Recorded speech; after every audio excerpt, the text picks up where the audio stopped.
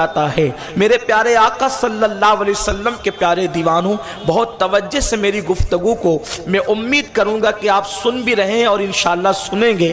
آپ کو بہت دھیان دینے کی ضرورت ہے۔ یاد رکھنا، ہمارا جوان سوچتا ہے یہ سسکتی ہوئی آہیں کیوں ہے؟ معصوم بچوں کی سسکیاں، اس کو دیکھ کر میرے جوان روتے ہیں اور وہ سوچتے ہیں کہ یہ سسکیاں کیوں ہے؟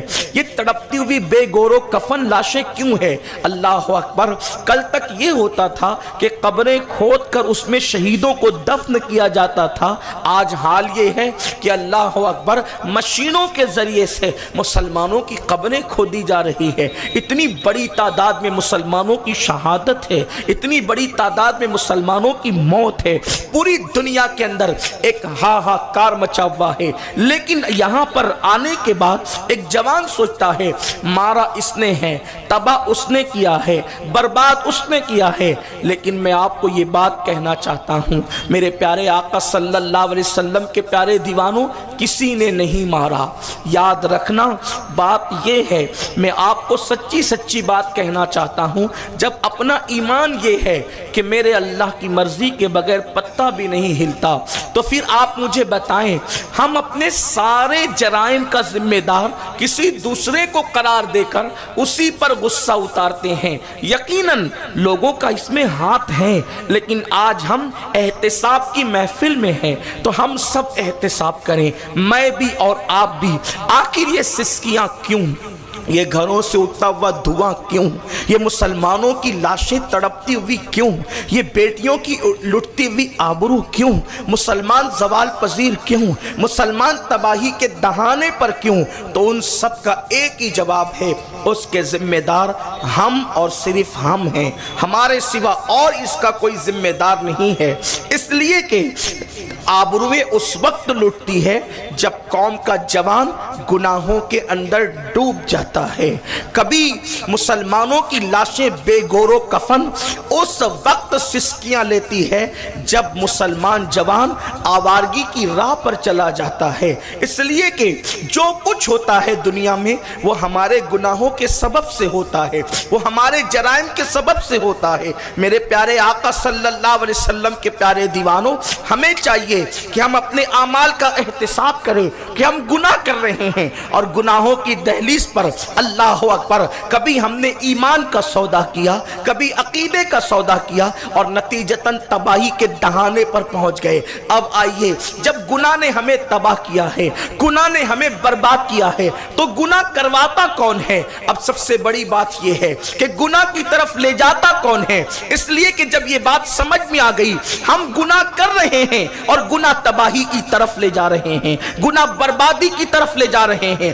جس دن مسلمان گناہ کرنا چھوڑ دے گا، انشاءاللہ اس دن مسلمان راحت کی سانس لے گا۔ صرف ایک بات عرض کر کے آگے بڑھنا چاہتا ہوں، حالانکہ یہ میرے عنوان سے متعلق نہیں ہے، لیکن صرف آپ کے ذہن کو اس طرف مائل کرنے کے لیے، مسلمان اس ذات کا نام ہے کہ جس کو کانٹا بھی نہیں چبھ سکتا اگر وہ گناہ کرنا چھوڑ دے۔ مسلمان اس ذات کا نام ہے جس کا چراغ بھی نہیں بجھ سکتا اگر وہ گناہ کرنا چھوڑ دے۔ ہمیں کانٹا چبھتا ہے تو بھی گناہ کی وجہ سے چبھتا ہے، ہمارے چراغ بجھتے ہیں تو بھی گناہوں کی وجہ سے بجھتے ہیں۔ اچھی طرح یاد رکھو، مسلمانوں کو کوئی کیا مٹا سکے گا؟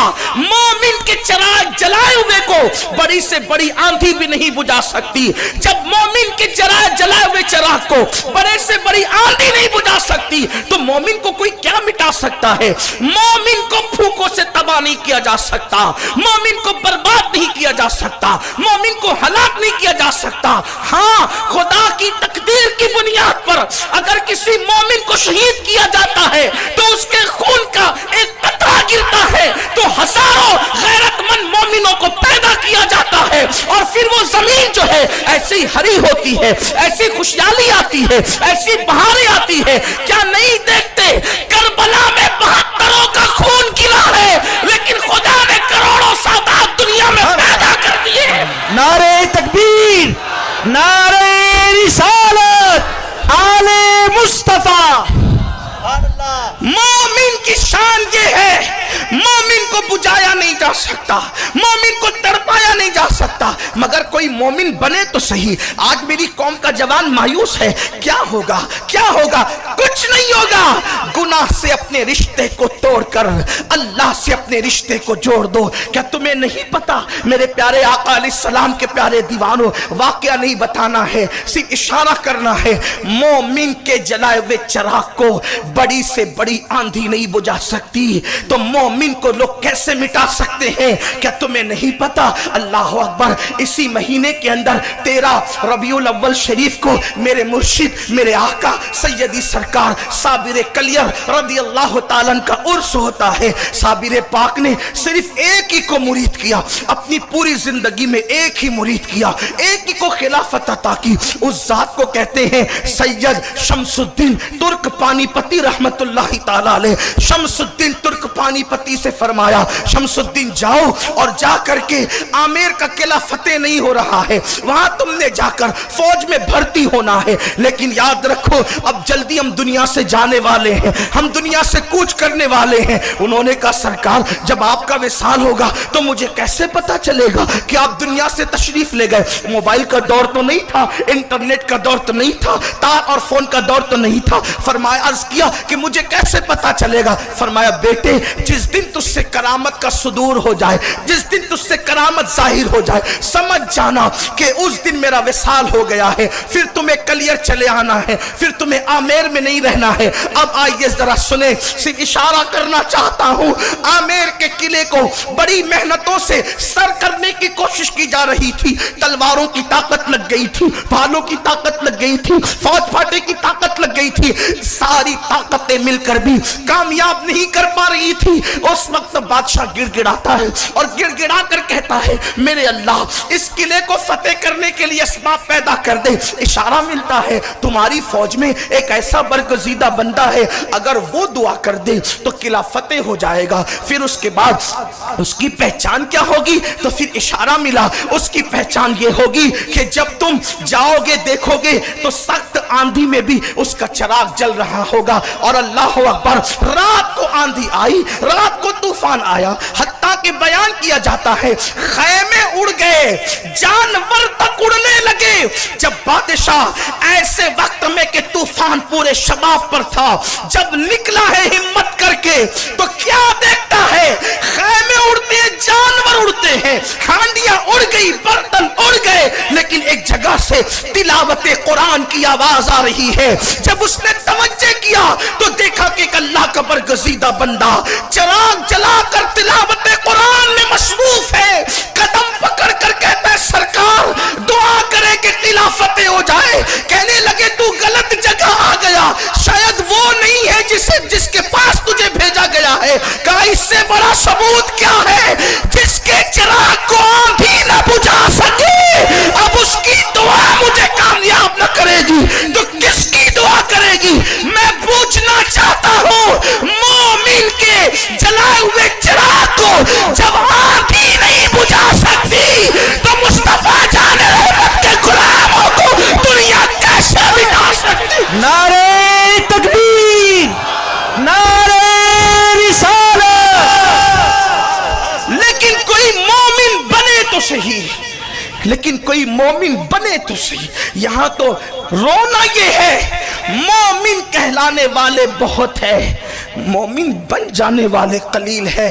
किसी ने कहा था, ये शहादत गहे उल्फत में कदम रखना है। लोग आसान समझते हैं, मुसलमान होना बहुत आसान है, काफिर का मुसलमान होना बहुत मुश्किल है, मुसलमान का मुसलमान होना। अल्लाह अकबर, जब पता चल गया कि मुसलमान गुनाह से रिश्ता तोड़ ले तो उसका चिराग नहीं कोई बुझा सकता। उसे कोई कैसे बुझा सकता है? उसे कोई तबाह बर्बाद कैसे कर सकता है? लेकिन शर्त यह है, गुनाहों ने तबाह किया। गुनाह कौन करवा रहा है? हम कहते हैं शैतान। बेशक शैतान गुनाह करवा रहा है, लेकिन शैतान का भी एक बड़ा भाई है जिसकी तरफ हमारी तवज्जो नहीं है। आज मेरी गुफ्तगू का उन्वान शैतान का बड़ा भाई। असल उन्वान ये है, शैतान का बड़ा भाई है जिसकी तरफ हमारी तवज्जो नहीं है। शैतान तो कभी कभी हमसे जुदा होता है, लेकिन शैतान का बड़ा भाई हमसे कभी जुदा नहीं होता। सबको शैतान ने तबाह किया, शैतान को उसके बड़े भाई ने तबाह किया। वो कौन है? आपसे पूछता हूं, शैतान से पहले शैतान कौन है? आप नमाज नहीं पढ़ते, शैतान ने बहकाया। आप चोरी कर रहे हो, शैतान ने बहकाया। आप शराब पी रहे हो, शैतान ने बहकाया।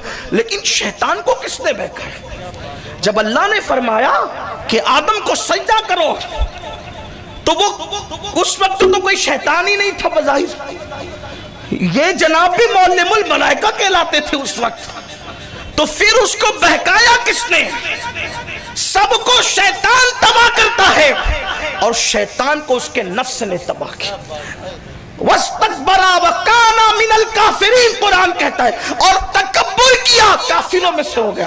पता चला कि नफ्स शैतान का बड़ा भाई है। रमजान शरीफ में शैतान कैद हो जाता है, लेकिन नफ्स कैद नहीं होता। शैतान कैद हो जाता, नफ्स कैद नहीं होता। वरना जब शैतान कैद हो गया तो फिर मुसलमानों के मोहल्ले में झगड़ा कौन करवाता है? जब शैतान कैद हो गया तो मियां बीवी में गाली गलौज कौन करवाता है? हमारा ईमान है, हमारे महबूब गैबदा नबी मुस्तफा जान रहमत सल्लल्लाहु अलैहि वसल्लम ने कह दिया, शैतान कैद हो गया, कैद हो गया। अब हमने कोई तावील नहीं करना। अहले फन जाने इसकी तावील, अहले इश्क का अकीदा तो ये है, महबूब ने कह दिया सो कह दिया। तुम्हारे मुंह से जो निकली वो बात हो के रही। हुजूर ने कह दिया कैद है, शैतान कैद है। लेकिन फिर गुनाह कौन करवाता है? शैतान कैद हुआ है, नफ्स कैद नहीं हुआ है। अब पता चला शैतान खुला फिरे, हमें कोई नुकसान नहीं अगर नफ्स कैद हो जाए। जिनके नफूस कैद हो जाते हैं, जिनका नफ्स अम्मारा कैद हो जाता है, फिर शैतान उसका कुछ बिगाड़ नहीं पाता। और अल्लाह अकबर, अल्लाह के रसूल सल्लल्लाहु अलैहि वसल्लम ने हुनैन से पलटते हुए फरमाया था कि पलटो रजाना जिहादिल असगरे इलल जिहादिल अकबर। पलटो छोटे जिहाद से बड़े जिहाद की तरफ। औ कमा काल सल्लल्लाहु अलैहि वसल्लम। अब हुनैन की जंग को हुजूर ने कहा छोटा जिहाद का, छोटे जिहाद से हम बड़े जिहाद की तरफ पलट रहे हैं। तो छोटा जिहाद हुजूर ने जिसको कहा हुनैन की जंग को, हालांकि जंगे हुनैन बड़ी खतरनाक थी, सहाबा के कदम उखड़ गए थे, बड़ी शहादतें हुई जंगे हुनैन में। हत्ता के हुजूर अलैहिस्सलाम अपने दुलदुल पर खुद ही जो है दुश्मनों को पीछे ढकेल रहे थे।